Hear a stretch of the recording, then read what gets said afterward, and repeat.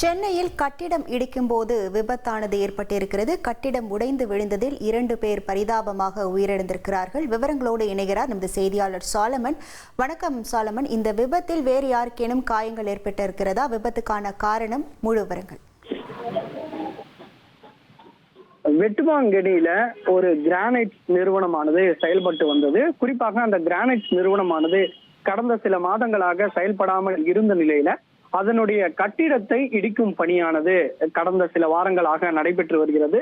இந்த கட்டிடத்தை இடிக்கக்கூடிய பணியில ஒடிசாவை சேர்ந்த 4க்கும் மேற்பட்ட நபர்கள் இந்த பணியில ஈடுபட்டு வந்தனர். இந்த நிலையில இன்று மாலை அந்த கட்டிடத்தோட பகுதியை இடிக்கக்கூடிய பணியில ஒடிசாவை சேர்ந்த பாபு மாலிக் மற்றும் சசிகாந்த் மாலிக் ஆகியோர் இடிக்கும் பணியில ஈடுபட்டு வந்தனர். அப்போது அங்க இருக்கக்கூடிய அந்த ஓடு பகுதியை அவர்கள் கட்டரால உடைக்கும் போது அப்போது திடீரென அந்த ஓடானது முழுவதுமாக சரிந்து விழுந்ததுல 2 பேர் படுகாயம் அடைந்தனர். இந்த பாபு மாலிக் மற்றும் சசிகாந்த் மாலிக் ஆகிய இருவரும் படுகாயம் அடைந்த நிலையில அவர்களை அங்கிருந்து ராயப்பேட்டை அரசு மருத்துவமனைக்கு உடனடியாக சிகிச்சைக்காக அழைத்து வரும்போது அவர் வரும் வழியிலேயே இருவரும் உயிரிழந்திருக்கின்றனர். மேலும் அதுல 2 ஊழியர்களுக்கும் அந்த காயமும் ஏற்பட்டிருக்கிறது. அவர்கள் ராயப்பேட்டை அரசு மருத்துவமனையில் சிகிச்சை பெற்று வருகின்றனர். இந்த சம்பவம் தொடர்பாக உடனடியாக அருகில் இருந்த பொதுமக்கள் மற்றும் தீயணைப்பு துறையினர் சம்பவ இடத்திற்கு அந்த இடிந்த பகுதியை அப்புறப்படுத்தக்கூடிய பணியில ஈடுபட்டு வருகின்றனர். மேலும் நீலாங்கரை போலீசாரும்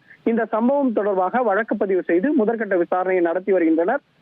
இந்த இருவர் இரு பணியாளர்கள் இந்த சம்பவத்துல உயிரிழந்த சம்பவமானது அப்பகுதியில பெரும் பரபரப்பை ஏற்படுத்தியிருக்கிறது.